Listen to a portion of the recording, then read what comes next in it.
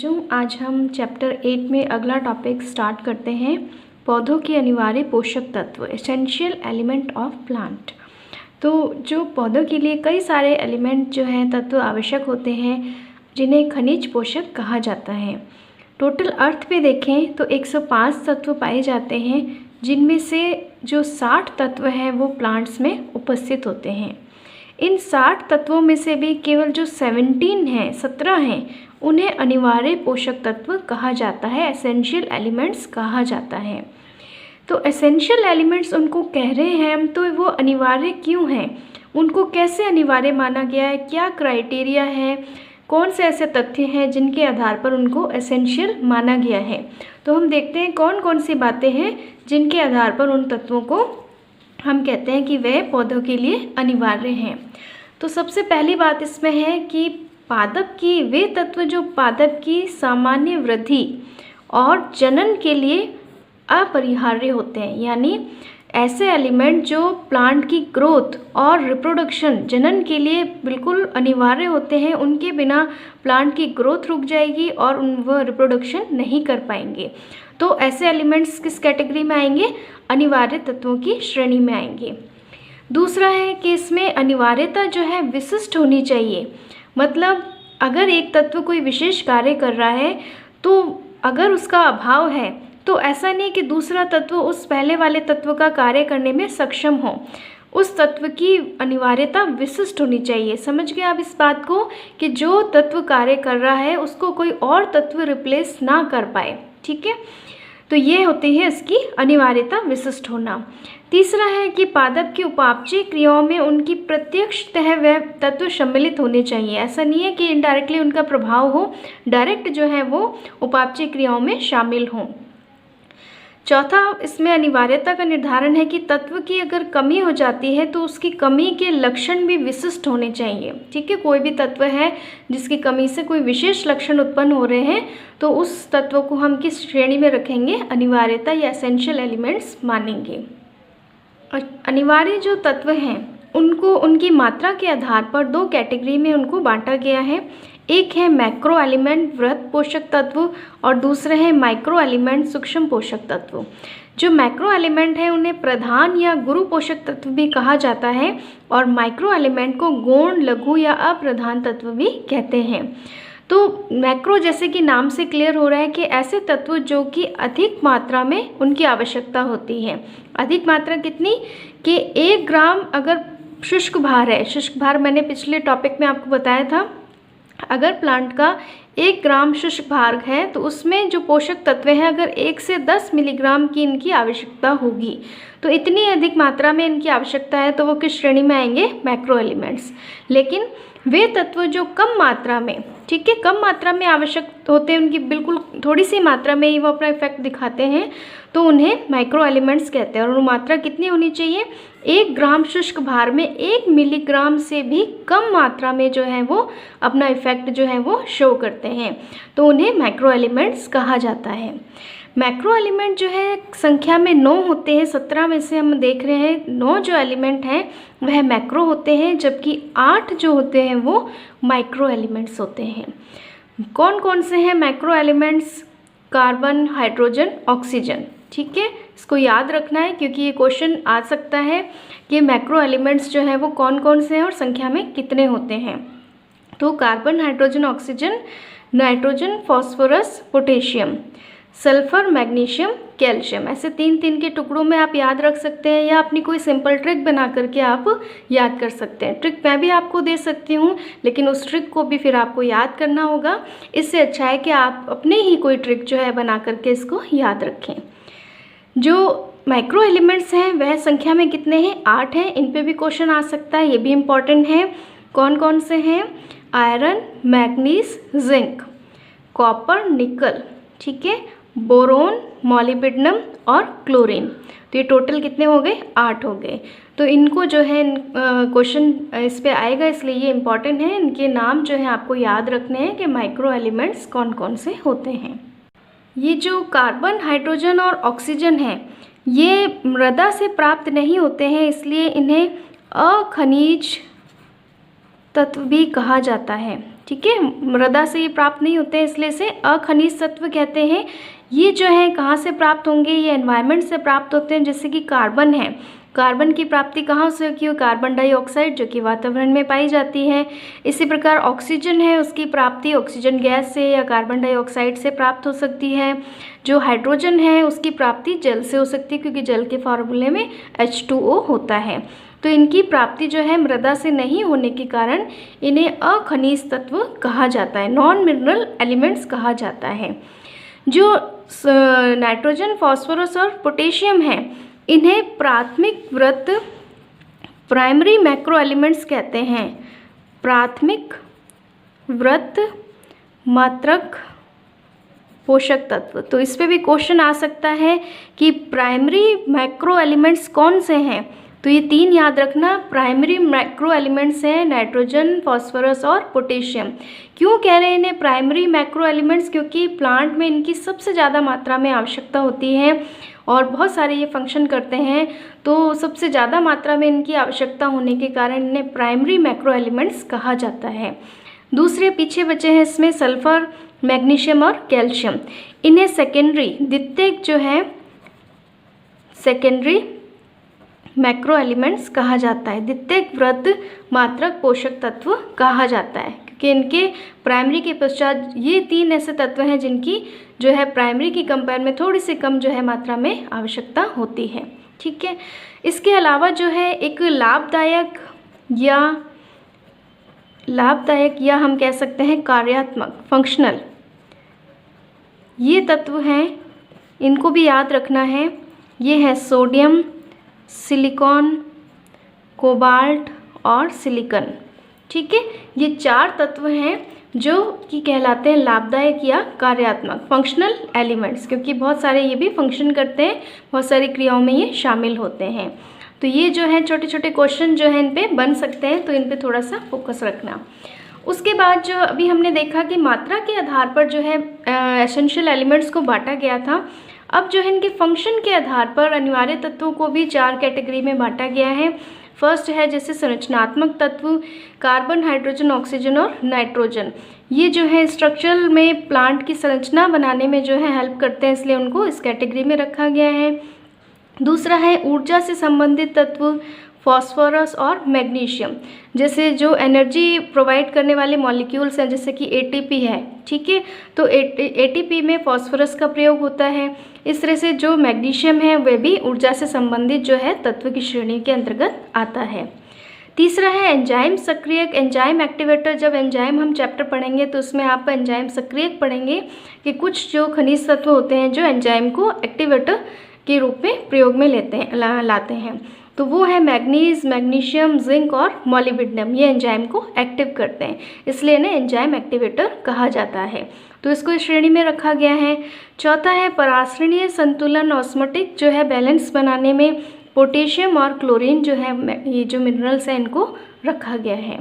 तो ये सारा है इन जो अभी का जो अभी टॉपिक आपने पढ़ा, इस पर छोटे छोटे क्वेश्चन बन सकते हैं, तो इनको आप अच्छे से याद रखना। ये जो 17 एसेंशियल एलिमेंट हैं, इसमें हम देखेंगे कि इनके बहुत सारे फंक्शन होते हैं। जैसे कि ये जो कोशिका झिल्ली की पारगम्यता है, विभिन्न पदार्थों के संगठक के रूप में काम आते हैं, या परासरण दाब का नियंत्रण करने में, इलेक्ट्रॉन परिवहन तंत्र में, जैव रासायनिक क्रियाओं में एंजाइम्स के संतुलन बनाए रखने में, ऐसी अनेक क्रियाएं हैं जिसमें ये सभी पोषक तत्व जो है वो काम बहुत महत्वपूर्ण जो है काम आते हैं ये। तो इनके अभाव में जो है ये क्रियाएं संभव नहीं होती हैं।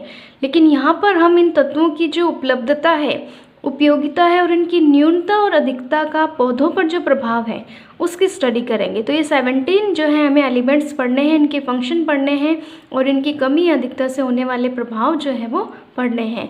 तो ये 3 जो है एलिमेंट, कार्बन, हाइड्रोजन और ऑक्सीजन, जिन्हें क्या कहा गया है, अखनिज तत्व की श्रेणी में रखा है, क्योंकि ये मृदा से प्राप्त नहीं होते। अभी आपको बताया था कार्बन की प्राप्ति CO2 से, ऑक्सीजन की कार्बन डाइऑक्साइड और ऑक्सीजन से, और हाइड्रोजन की प्राप्ति जल से होती है। इनकी जो न्यूनता है, इनके सामान्यतः इन प्लांट्स में नहीं होती है। और इनका काम क्या होता है, पौधे की जो संरचनात्मक निर्माण है, ठीक है, स्ट्रक्चर जो है उसको बनाने में ये उपयोगी होते हैं। चौथा एलिमेंट, 3 एलिमेंट हो गए, 17 हमें पढ़ने हैं। तो चौथा एलिमेंट है नाइट्रोजन। नाइट्रोजन ही एकमात्र ऐसा एलिमेंट है जिसकी सर्वाधिक मात्रा में आवश्यकता होती है। याद रखना, बहुत इंपॉर्टेंट है ये भी। ये पूछा जा सकता है क्वेश्चन के प्लांट में कौन सा एलिमेंट है जो सर्वाधिक मात्रा में आवश्यक होता है, वो कौन सा है? नाइट्रोजन है। नाइट्रोजन प्लांट जो होते हैं नाइट्रोजन को किस फॉर्म में लेते हैं? क्योंकि आपको पता है वातावरण में नाइट्रोजन गैसीय फॉर्म में पाई जाती है और बहुत ज़्यादा मात्रा में होती है, लेकिन प्लांट जो होते हैं वो डायरेक्ट नाइट्रोजन को वातावरण से ग्रहण नहीं कर सकते हैं। ये हम आने वाले चैप्टर्स में पढ़ेंगे उसकी क्या मैकेनिज्म और है। तो प्लांट्स जो होते हैं सॉइल से नाइट्रोजन को नाइट्रेट, ठीक है, बहुत इंपॉर्टेंट है, याद रखना, किस फॉर्म में लेते हैं? नाइट्रेट के फॉर्म में, और सेकेंडरी रूप से नाइट्राइट के फॉर्म में, और अपवाद स्वरूप जो है अमोनिया आयन के रूप में जो है पौधे इस नाइट्रोजन को अपनी बॉडी के अंदर लेते हैं। सबसे ज़्यादा मात्रा में जो है नाइट्रेट के फॉर्म में नाइट्रोजन इनकी बॉडी में जाती है। नाइट्रोजन की आवश्यकता वैसे पादप की सभी जीवित कोशिकाओं में होती है, लेकिन अगर सर्वाधिक आवश्यकता की बात करें कि सबसे ज़्यादा आवश्यकता प्लांट के किस एरिया में पाई जाएगी, तो वो पाई जाती है वृद्धिशील जो विभज्योतक होते हैं, जो मेरिस्टेमेटिक टिश्यू होते हैं, वहाँ पर सबसे ज़्यादा मात्रा में नाइट्रोजन आवश्यक होती है, क्योंकि वहाँ पर सेल डिवीज़न होता है और वहाँ पे उनको आवश्यकता ज़्यादा होती है। ये अब जो बर्ड्स होती हैं, कलिकाएँ होती हैं, वहाँ पर भी नाइट्रोजन जो होता है वो अधिक मात्रा में चाहिए होता है। नाइट्रोजन की अगर कमी हो जाए, या इससे पहले हम देख लेते हैं नाइट्रोजन जो है ये और कहाँ कहाँ जो है वो पाया जाता है। जैसे नाइट्रोजन जो है अमीनो अम्ल में मिलता है, प्रोटीन का संगठक है, न्यूक्लिक अम्ल जो है डीएनए आरएनए, उनमें ये नाइट्रोजन मिलता है, पर्णहरित है, विटामिन्स हैं और हार्मोन्स हैं। इन सब में जो है नाइट्रोजन प्रमुख संगठक के रूप में पाया जाता है।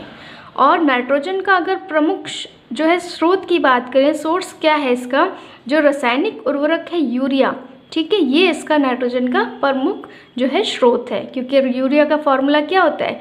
NH2CO NH2, तो उसमें N आता है, ठीक है, तो ये क्या है इसका प्रमुख स्रोत है। न्यूनता की बात करें कि इसकी अगर नाइट्रोजन की अगर प्लांट्स में कमी हो जाए तो प्लांट्स पर क्या क्या इफेक्ट होगा? नाइट्रोजन की कमी से प्लांट्स में जो है हरिमाहीनता हो जाती है, क्लोरोसिस हो जाता है, मतलब पर्णहरित जो है क्लोरोफिल जो है वो नष्ट होने लगता है, जिससे पत्तियां जो है पीली पड़ने लगती हैं, और इसी कंडीशन को क्या कहते हैं? हरिमाहीनता, क्लोरोसिस। दूसरा, इसमें अगर नाइट्रोजन की कमी हो जाए तो पौधे जो होते हैं बौने रह जाते हैं। क्यों? क्योंकि नाइट्रोजन अगर नहीं होगा तो उसमें सेल डिवीज़न नहीं होगा, सेल डिवीज़न नहीं होगा तो प्रोटीन नहीं बनेगा, और जिससे प्लांट जो है उनकी ग्रोथ नहीं हो पाएगी और वह बौने रह जाएंगे। तीसरा इसका लक्षण है पार्श्व कलिकाओं की प्रसुप्ति जो है बढ़ जाती है। जो लेटरल बर्ड्स हैं उनकी डॉर्मेंसी क्या होती है? बढ़ जाती है। क्यों? क्योंकि जो है फ्लावरिंग में देरी होने लगती है, फ्लावरिंग नहीं होती, इसमें नाइट्रोजन की कमी होगी तो फ्लावरिंग नहीं होगी और जो कलिकाएं हैं वह प्रसुप्त रह जाएंगी। चौथा इसमें है पत्तियां जो होती हैं वो गुलाबी या पर्पल कलर की हो जाती हैं। ऐसा क्यों होता है? क्योंकि पर्णहरित नाइट्रोजन की कमी से क्या होगा, जो क्लोरोफिल है उसका विघटन होगा, और विघटन होगा तो एक वर्णक होता है जिसे कहते हैं एंथोसाइनिन। एंथोसाइनिन प्रकट होने लगता है और एंथोसाइनिन जो है वो पर्पल कलर या पिंक कलर जो है वो प्रोवाइड करता है। तो अगर पर्णहरित का विघटन होगा तो एंथोसाइनिन की मात्रा बढ़ जाएगी, जिससे पत्तियाँ जो होती हैं वो गुलाबी सी होने लगती हैं। अगला 5वां एलिमेंट है फास्फोरस। ठीक है, फास्फोरस का जो मुख्य स्रोत है वो क्या है? मृदा। सॉइल में जो है फास्फोरस प्रमुख रूप से पाया जाता है। और जो पौधे होते हैं वो फास्फोरस को किस फॉर्म में लेते हैं, ये भी क्वेश्चन बनता है। तो फास्फोरस को H2PO4 यानी फॉस्फेट आयन के रूप में जो है पौधे जो है फॉस्फेट को अपनी बॉडी में लेते हैं। जड़ें जो होती हैं वो H2PO4- और HPO4-2, ठीक है, इस फॉर्म में जो है पौधे फास्फोरस को अपनी बॉडी के अंदर लेती हैं। याद रहेगा, इम्पॉर्टेंट है ये भी। और जो फास्फोरस होता है पौधों में स्थानांतरण फास्फोरस का अकार्बनिक रूप में होता है, यानी एक स्थान से पौधे के दूसरे जो अंग है उसमें फास्फोरस का जो स्थानांतरण है वह इनऑर्गेनिक रूप में ही होगा, लेकिन बाद में पौधे क्या करते हैं, इसको कार्बनिक जो है यौगिकों में बदल लेते हैं। तो प्रेजेंट किस फॉर्म में पाया जाता है? कार्बनिक यौगिक के रूप में पाया जाता है, लेकिन स्थानांतरण जो होता है वो अकार्बनिक रूप में ही फास्फोरस का होता है। फॉस्फोरस जो है वो किस किस मॉलिक्यूल में पाया जाता है? फॉस्फोरस जो है फॉस्फोलिपिड्स में मिलता है, न्यूक्लिक अम्ल में मिलता है, कोएंजाइम जो है NAD और NADP, निकोटेनेमाइन एडेनिन डाई फॉस्फेट और निकोटेनेमाइन एडेनिन डाई, ठीक है, ATP एडिनोसिन ट्राईफॉस्फेट। तो इन सब का जो है ये प्रमुख घटक है, इन सब में फॉस्फोरस मिलता है। तो यदि ये फॉस्फोरस की अगर कमी हो जाएंगी तो इन मॉलिक्यूल्स के बनने में प्रॉब्लम होगी। यह सभी अणु जो होते हैं, जितने भी आपने मॉलिक्यूल्स पढ़े हैं, ये सभी जो है पौधे की बहुत सी क्रियाएं हैं, इंपॉर्टेंट फंक्शन हैं, उनमें इनका प्रमुख रोल होता है इनका, जैसे फोटोसिंथेसिस है, श्वसन है, या वसीय अम्लों का निर्माण है। ऐसी कई अन्य महत्वपूर्ण क्रियाएं हैं जिसमें ये मॉलिक्यूल्स प्रयोग में लाए जाते हैं। और ये मॉलिक्यूल्स प्रयोग में लाए जा रहे हैं और इनमें क्या है? फॉस्फोरस है। तो फॉस्फोरस की अगर कमी हुई तो ये सभी क्रियाएं जो है वो इफेक्ट होंगी। तो इसमें न्यूनता के लक्षण देखते हैं। अगर फॉस्फोरस की कमी हो जाए तो प्लांट पर क्या इफेक्ट होगा? पौधे जो होंगे बौने रह जाएंगे और कैसे हो जाएंगे? गहरे हरे रंग के हो जाएंगे, उनकी शाइन ख़त्म हो जाएंगी, बिल्कुल डार्क ग्रीन कलर के से पौधे हो जाएंगे, क्योंकि फॉस्फोरस की कमी हो रही है और इन मॉलिक्यूल्स पे इफेक्ट पड़ेगा, जिससे उनकी ग्रोथ जो है वो प्रभावित होगी। और पत्तियों और तनों में जो है एंथोसाइनिन वर्णक का निर्माण हो जाता है, ठीक है, क्लोरोफिल की कमी होगी और एंथोसाइनिन जो है पत्तियों और तनों में बढ़ जाएगा। और पत्तियों और फलों में बहुत ज़्यादा मात्रा में अगर फॉस्फोरस की कमी हो गई है तो पत्तियों और फलों में जो है नेक्रोटिक रीजन बन जाते हैं, यानी उत्तकक्षयी क्षेत्र बन जाते हैं। टिश्यू जो होते हैं वो डैमेज होने लग जाते हैं और वो बिल्कुल क्लियर दिखाई देते हैं।